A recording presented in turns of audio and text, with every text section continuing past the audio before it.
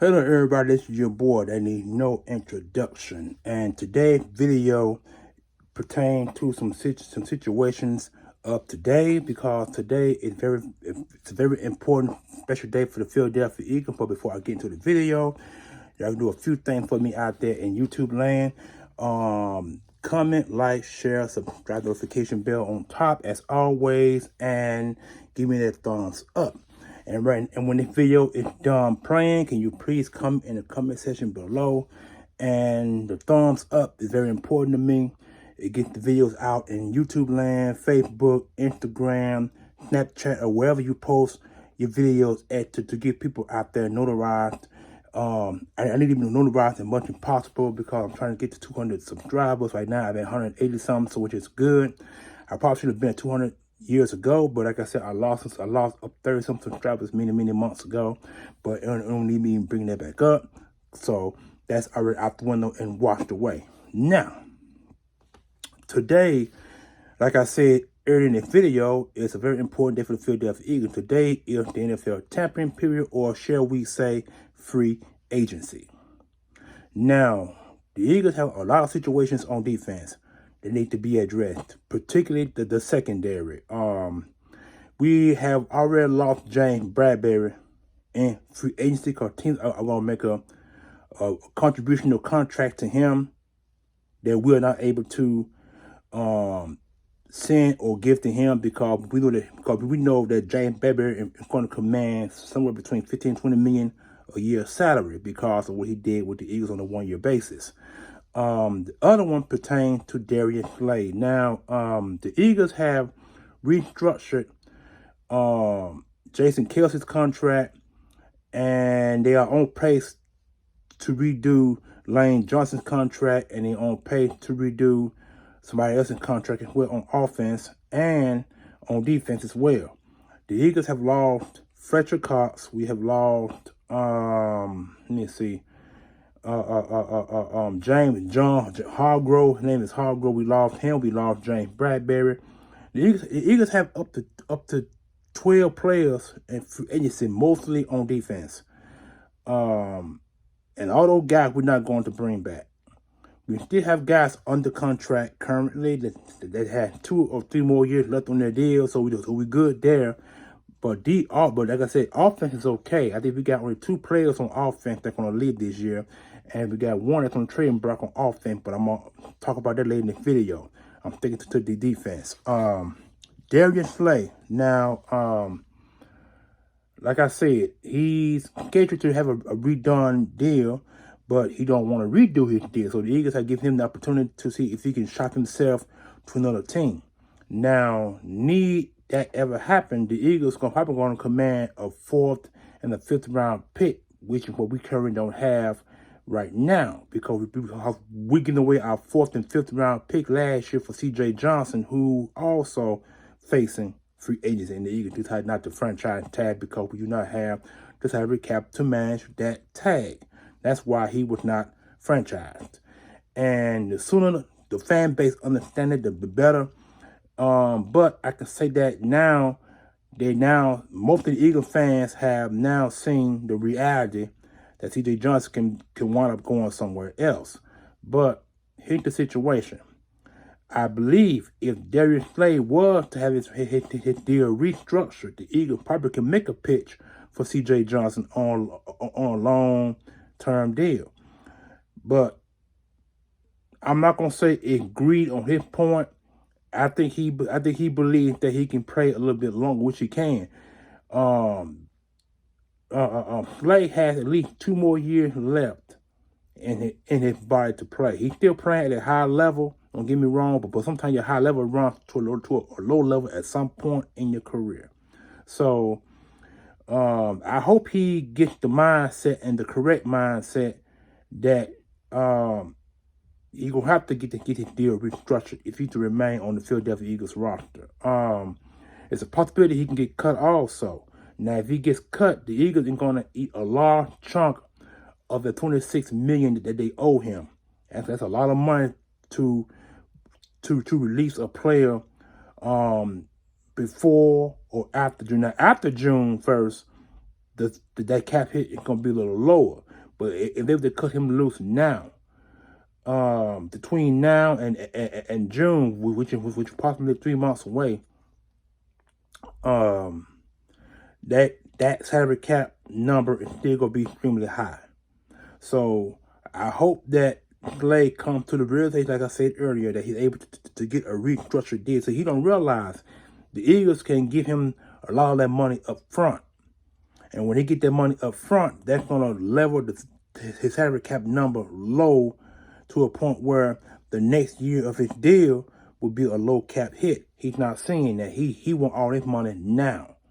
Because right now he's playing on a two-year, I think, 15 or 20 million currently, that's what I believe. So he do 26 million this season alone. And the next of that contract will be a little lower. I could be wrong on the number on a 2-year basis. I think I'm wrong on that number. I believe I am. But anyway, the simple fact of the matter is, I believe he needs to lower the number. He really needs to. Like I said, if he lowers the number, the Eagles can probably make a pitch at C.J. Johnson. Because he's the guy we need real bad on this defense. We can't afford to let him slip away like that. Now, if the Eagles had like 25, 30 million left in a cap hit, I mean, 20 or 30 million left before the money that we have now, the Eagles probably would have franchise tagged C.J. Johnson, and there would have been no worries. And then Darius Clay's contract would be no problem. The Eagles can probably handle his salary, for the next 2 years. But see now, since I simply now have like 6-7 million left now, currently in our salary cap, the Eagles try to lower the cap number so they can get up 20 and 30 million more, where they can have enough money to go out and sign free agents. Because see, he also don't realize that his cap hit can also damage the NFL draft when the Eagles do draft these players. The Eagles currently now have what? A first round, a second round, we got a third round, a 6, and a 7. That's all we have. And that's like 6 or 7 draft picks. Current from the 12 that we have, like I said, the Eagles give away a lot of their draft picks, and most of them went on C.J. Johnson trade last season, rather. And so that's the situation that we're faced with for a free agency concern, called Slade's contract kind of puts a dampen on what the Eagles want to do in free agency. So that's the problem that lies there. But overall, that's what we're faced with. So we know Fletcher Cox not coming back. Word is that he wants to go to the Browns because that's where Jim Schwartz is going to be the Browns' new defensive coordinator up there. He's going back up there. And I need to remind you, Jim Schwartz was a former assistant in Cleveland back in 93, 94, 95 era when Bill Belichick was the coach there. He was an assistant up there. So it's kind of like he's back home in a sense. So he's going to bring that same defensive scheme that the Eagles had almost 2 years ago. He could bring that scheme this. I guess Fletcher Cox feels that he can still play a little bit. So the Browns might sign him on. They probably sign him to a 1-year contract. I don't think he's gonna get no more than a 1-year deal. And he gave him a $14 million contract for $14 million 1 year last year. So it's a possibility that he may play for like 7 or 8 million with the Cleveland Browns, because the Cleveland Browns not gonna give him no $14 million for 1 year. They may give him like 6, 7, 8 million. No more than 10. He'd be lucky to get 10 million for 1 season. So that's the situation we face with Fletcher Cox. Now Hargrove, on the other hand, is a top, from what I've been told, the top defensive tackle in the free agency class this year. So team gonna throw money his way. There's no situation where he's going to go. We don't know where he's going to go at this point. So there's a lot of teams out there that got up 25, 30, 40 million in salary cap. They can handle the amount of money that he wants. Now,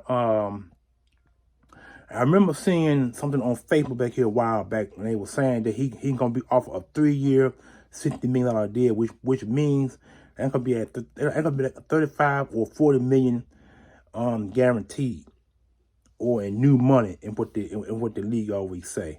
So then Bradbury the same way. Bradbury is gonna command between 15 to 20 million. That's another guy that you just won't be able to bring back because of his high cap number that you can't afford to give him.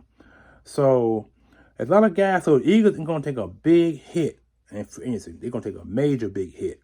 A major hit. Now, oh, one more other guy, Brandon Graham. Thank God it being Brandon Graham back. Graham is on a 1-year contract, $6 million. But I think the contract is actually a 2-year, $12 million deal because that's really what he wanted. So I'm thinking it's a 1-year, $6 million deal with the option of a 2nd-year deal. I think that's what it is. So I told the Eagles. So after he said he can play 2 more years, I be the Eagles. I be the Eagles and gonna up his up that 1 year, at 1 year base this year. I don't expect Brandon Graham to hit double-digit sacks this year because of the changes on defense.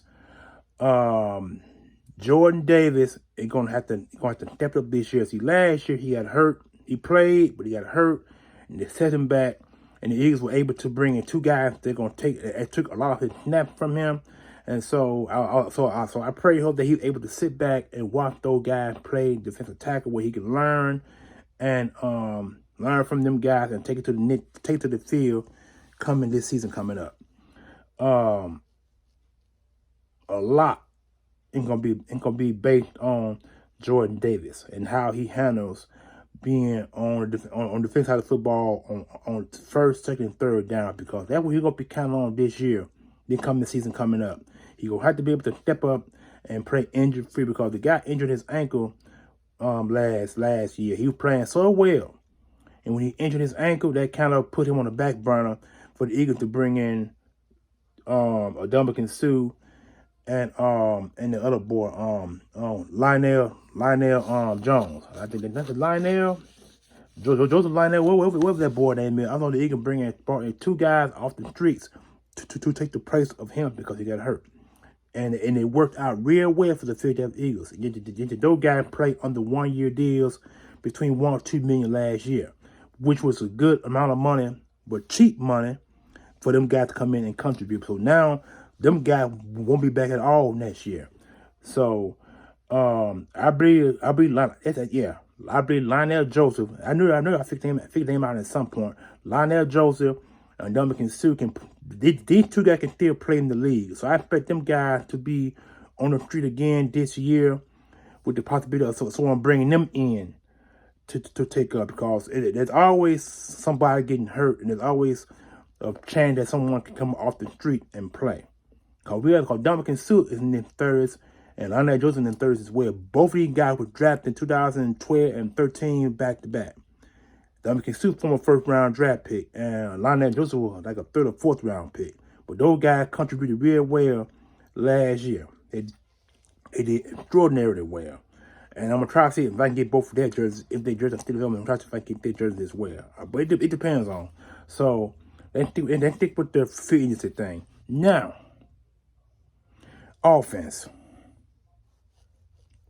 The offense remains intact with the exception of 2 players.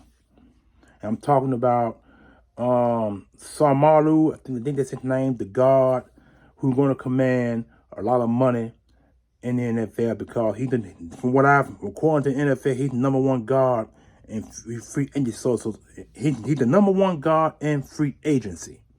So team gonna start throwing money his way, and the same could be said for none other than the running back. His name was just in my head just now. Miles Sanders. I don't think it's going to be a big market for Miles Sanders, and let me tell you why. We all know running backs ain't what they used to be. The reason why Miles Davis survived this long this year because he had an array of runners to back him up. They had Boston Scott, who's also a free agent this year. I hope they bring back.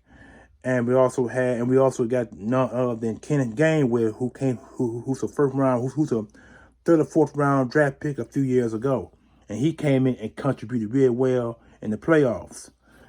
Now the knock on Gainwell is that we don't know if he's an every down back, We know he's a good pass catcher out of the backfield. That we do know because in University of Memphis, he played a lot of wide receiver options in college. So that's his beneficiary there for catching balls out of the backfield. He's very good with that. Very good with that. Boston Scott is more like your low-level ground type running back who runs straight forward and can knock people over based on his size coverage. So that's why I say Boston Scott is more important to the Eagles than anybody else. But we know Boston Scott might get a big contract deal that the Eagles might not be able to manage. So let's not forget the tenders now. The Eagles could tender a few players. Boston Scott could get a second-round tender, which is like a $1.5 or $2 million deal, depending on the cap. So he can get he can get tender. The Eagles might tender Boston Scott. And you only get 3 tenders, 3 tender contracts. It could be a second round where you actually got a first round tender, and the Eagles are not going to use the first round tender because the first round tender is kind of like it's like a franchise tag. So there won't be no first round tender on none of these players. The Eagles could use a second round tender. They can use a third round tender, or they can use both tenders as one contract, and there's a fourth round tender. You only get 4 tenders. You get 3 tenders, but it can become a fourth if the rounds are combined in one contract or combined in one tender. So the Eagles could tender some players as well. I expect Boston got to get tendered, probably a second round deal, and no team ain't gonna want to give the Eagles a second round tender, second round pick for a running back, and that ain't gonna happen. Not gonna happen at all. So I expect Boston got to come back on that tender, and I expect them to tender a few other players on offense to keep them confined. You know what I'm saying? That could happen. You don't tender veterans, but you can tender guys that play under 1-year contracts that have been with the team longer. That's how that works. Now, Quez Watkins. This is a guy that was playing pretty well in the first 2 years. I'm sorry, not first. Well, yeah, first 2 years. First 2 years? Yeah, first 2 years because he was drafted. He was a drafted pick when Doug Peterson was here, and he played pretty well, but not well enough to get on the field. But when Nick came to the team in 2022, he did real well that year. But this year, it's like he regressed. From what I've seen, his numbers was 20-some catches for 200-some yards after he got about 2 or 3 scores. That's not pretty good. So overall together, he has about 800 or 900 yards from the previous year and this year alone. So, and at the same time, he dropped a couple of crucial passes that cost us the game.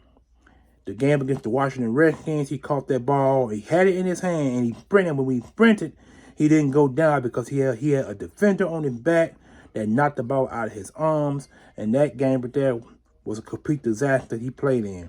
And then in the Super Bowl that we lost, the ball was tossed this way, and the ball went right there for the catching. The ball, he let that ball bob it off his hands and hit the ground. There were two crucial games, 2 crucial losses right there. So I don't expect Quez Watkins to come back. The Eagles are probably going to trade him for a draft pick for a team that's looking for a wideout. Now, I don't think Quez Watkins is a 3-down wide receiver. He's more like a slot receiver on first and second downs. So he's probably no more than a 4th or 5th round pick, or maybe a 6th round pick, depending on what teams are offering for him. So he could get traded today as well between now and ending, because the free agency period is always a week long. Because our team can get to spending money on glamorous players, it starts slowing down around Wednesday or Thursday. It starts slowing down. So all the teams with the most cap money is going to be spending money out the frame. So we're going to lose a lot of players on our defense side of football. A lot of them. So that's what we are faced with at this time. I just hope Howie Roseman are able to work his magic and get some players done, get some contracts done today. One that we need mostly, because we don't have enough money for free agency. So I expect the Eagles to bring in one free agency.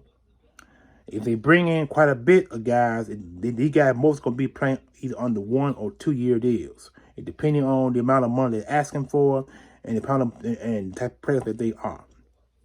Because our biggest hole is on defense. Our offense remain intact. With the exception of 2 players with the exception of 2 players leaving and 1 player getting traded. You know what I'm saying? That's what Eagles face with on offense. Defense is our major concern because we gotta have our secondary intact. Darius Slay is the question mark. He is the key. Darius Slay is the key. Every Eagle fan knows that. Darius Slay is the key. He's the one that holds the key to the ignition of other players coming to join the team. He's the key. Now, if he's traded, the Eagles are going to eat up a large of that cap hit. And the trade can't happen until after. Well, the trade can be occurred now, but it won't actually happen until June the 1st, post June the 1st. That's when the trades are actually confirmed. So, that's what we face with at this moment, and it's sad. It's really, really sad. He said he wants to remain a Philadelphia Eagle. We will see about that. And like I said, he holds the key to the Ram. He holds the key to getting back to the Super Bowl next year. He holds the key for making the playoffs, for this matter. And he's also the key of teams throwing the ball left and right of us to get in ball, compete for first down. He's the key. He's the overall key. Like I said, every Eagle fan base knows this. He holds the key to the ignition to players coming here to playing for us. If it don't work out, it just don't work out. And I'm not surprised. I'm really ain't surprised at what I'm hearing. I'm not surprised to what other Eagles content creators are doing and saying. I ain't surprised by none of this. And with me being the age that I am, nothing much really concerns me anymore because of free agency, because you all can get the print that you can afford. That's what it comes down to. And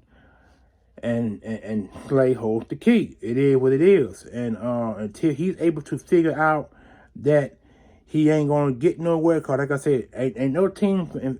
Okay, let's put it this way: most teams have gotten smart. They gotten real smart. Teams that gotten real smart. They are not going to help another team get better by offering draft picks. They ain't gonna do it. And so I don't expect Slay to go nowhere. I really don't, because the Eagles need a 4th and a 5th round pick. That's what we don't have.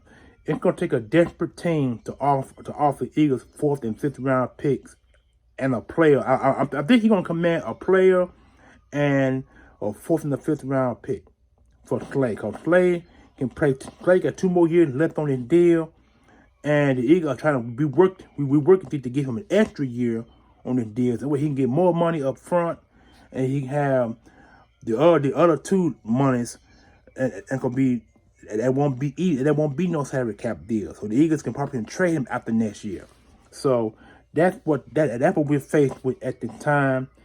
And he basically had 1 more year left. That's basically what the Eagles are actually telling him. He had 1 year left because he's 32 years old. He just turned 32 this year. He's 32 now, and the clock is ticking on Darius Slay. Now, if the Eagles had won a Super Bowl last year, then this season just passed, it probably wouldn't even have mattered. You know what I'm saying? Because the Eagles probably would have traded him right away, or probably would have cut him right away. You know what I'm saying? So, excuse me. We're trying to get back to the Super Bowl. And, excuse me.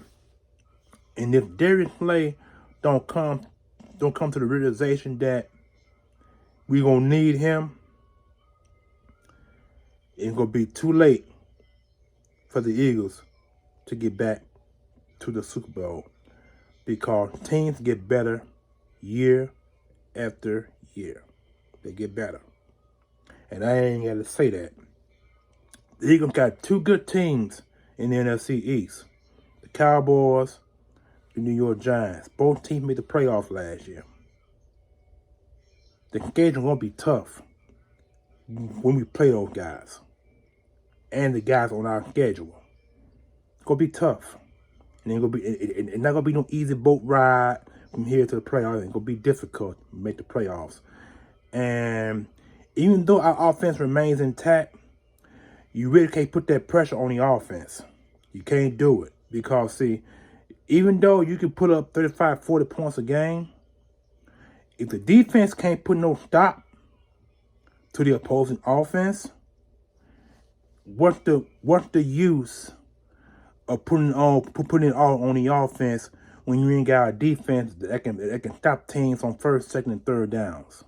What's the use? So, I mean, a lot of y'all out there got all this hee-haw, yay about the offense. That's fine. But you need a defense to put a stop to the opposing defense from going to get off the field to give your offense a chance to put up more points. No defense, no offense. Because then teams with better defenses can beat off what the offense is trying to do. And that's going to cause you to lose more games than wins. That's just my output on the situation out there. A lot of y'all probably don't see it that way. A lot of y'all Eagle fans out there, y'all got y'all minds so tight and so hyped on the offense that you're looking past what the defense is supposed to do. But when you lose players on defense, a la Slay, a la Hargrove, a la Fletcher Cox, a la the linebacker, Kazir White and TJ Edwards. When those 6 guys are gone on the defense, and you ain't got no back end of the defense and Bradbury and CJ Johnson to hold the fort down, we're not gonna win games, y'all. We're gonna lose more than we lose. We're gonna lose more games than we win. So y'all can have y'all offensive set. Y'all can have it. See, I'm a defensive-minded guy. I love defense. Offense is fine, but I prefer defense. That's just me. If a defense ain't good, your offense ain't going to be much better. It is what it is. So that's my output on what I want to say about this team and the state that we are in right now, or the state of flux that we're in defensively, the salary cap situation. And the question remains, can Howie do it once again? And like 5500 always say, this is Howie's world. And because it's Howie's vision, we already living in it. Peace.